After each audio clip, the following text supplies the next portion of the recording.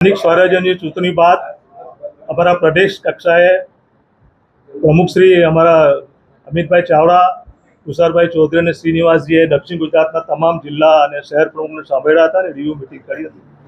ત્યારબાદ અમારા દક્ષિણ ગુજરાતના રાષ્ટ્રીય પ્રભારી શ્રીનિવાસજીએ પણ તમામ રિવ્યુ મિટિંગમાં રિપોર્ટો લીધા જ કોંગ્રેસને ફરી કઈ રીતે આપણે શરૂઆત કરીને 2027માં લડેંગે જીતેંગે અભિયાન સાથે અમે નીકળવા માંગીએ છીએ. આવનારા ટૂંક સમયમાં એક પ્રદેશ કક્ષાનું મોટું સંમેલન દક્ષિણ ગુજરાતમાં થવા જઈ રહ્યું છે અને તૈયારીના ભાગરૂપે અમે તમામ દક્ષિણ ગુજરાતના જિલ્લાના પ્રમુખ, શહેરના પ્રમુખ અને આગેવાનો ભેગા મળ્યા છે અને આજથી એક નવો શુભારંભ 2027 લડેંગે જીતેંગે અભિયાન સાથે આપ સૌનો હું આભાર વ્યક્ત કરું છું. Thank you. પોતાનો સાચો વિષય ને પોતે સાચી વાત કરતા હોય ને સરકારના વિરુદ્ધમાં હોય તો આપ જાણો છો, આપણે ત્યાં પોલીસ આવી જાય છે, ખોટા કેસો થાય છે, ખોટી રીતે કોઈ પણ ધાક ધમકી આપી અને એ સરકારની વિરુદ્ધ નથી એવું કહેવામાં આવે છે. આપ સૌ જાણો છો એ બાબત છે.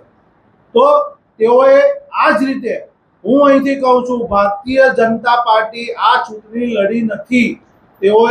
તેઓને કોઈ અહીંયાની પ્રજા સોસાયટીમાં ઘૂસવાની દેતી હતી. આ પ્રજા અહીં તેઓને સ્વીકારતી રહી હતી, પણ તેઓએ આ લોકશાહીનું ચીરહરણ કરી મશીનરીનો ઉપયોગ કરીને આ ચૂંટણી લોકશાહીની લડી છે. પણ એનું જે પરિણામ આવ્યું હોય, અમે અમારા કાર્યકર્તા આજે પણ એ જ જોશમાં છે અને આવનારી ચૂંટણીમાં પણ અમે એ જ જોશમાં રહીશું. અમે આઝાદી પહેલા આ અંગ્રેજો સાથે પણ આ જ રીતે લડતા હતા અને આ જ રીતે અમને જીત મળી હતી અને ભારત દેશની પ્રજા અમને પ્રેમ આપ્યો હતો અને અમને વર્ષો સુધી અમારી સાથે રહી હતી. જ્યારે લોકશાહીનું ચીરહરણ કરી અને આ શાસકો આવ્યા ત્યાર પછી જે પરિસ્થિતિ ઉદ્ભવી છે એમની અસર પત્રકારોને એટલે કે લોકશાહીના ચારે ચાર સ્તંભને થઈ છે.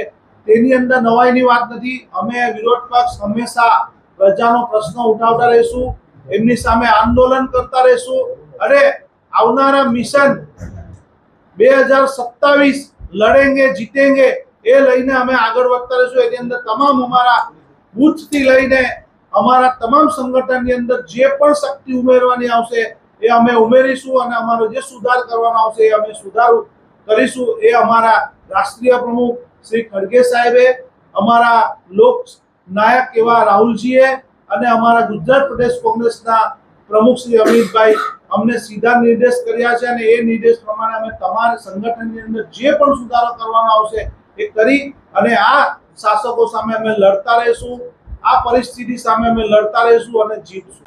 કોઈ શાસનની સામે કોઈ પ્રશ્ન ઉઠાવે કોઈ કાર્યકર સામાન્ય એનું દુકાન હોય, એના ઘરની બહાર બાંધકામ ખાલી શેડ હોય ચીરવા માટે તડકામાં, એ પણ આ ભારતીય જનતા પાર્ટીના શાસનમાં નગરપાલિકા કરેલું છે.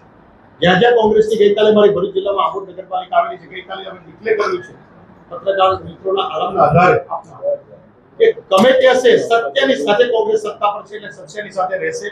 કોઈ પ્રશ્ન ખોટો હશે ઉઠાવશે તો એનો ભૂલ સુધારવાની છે તો સુધારશે, પણ કોઈ સામે પ્રશ્ન કરે પ્રશાસન સામે કે તમે આ ખોટું કરી રહ્યા છો કે અરજી કરે ને એની ઘેર પ્રશાસન તોડવા માટે ઉપડી જાય એ કોંગ્રેસ ક્યારેય નહીં. કે રાહુલ ગાંધીને કીધું મોહબ્બતની દુકાન અને મોહબ્બતની સાથે જે ખોટું છે કોંગ્રેસ સત્યની સાથે છે અને સત્યની સાથે રહેશે.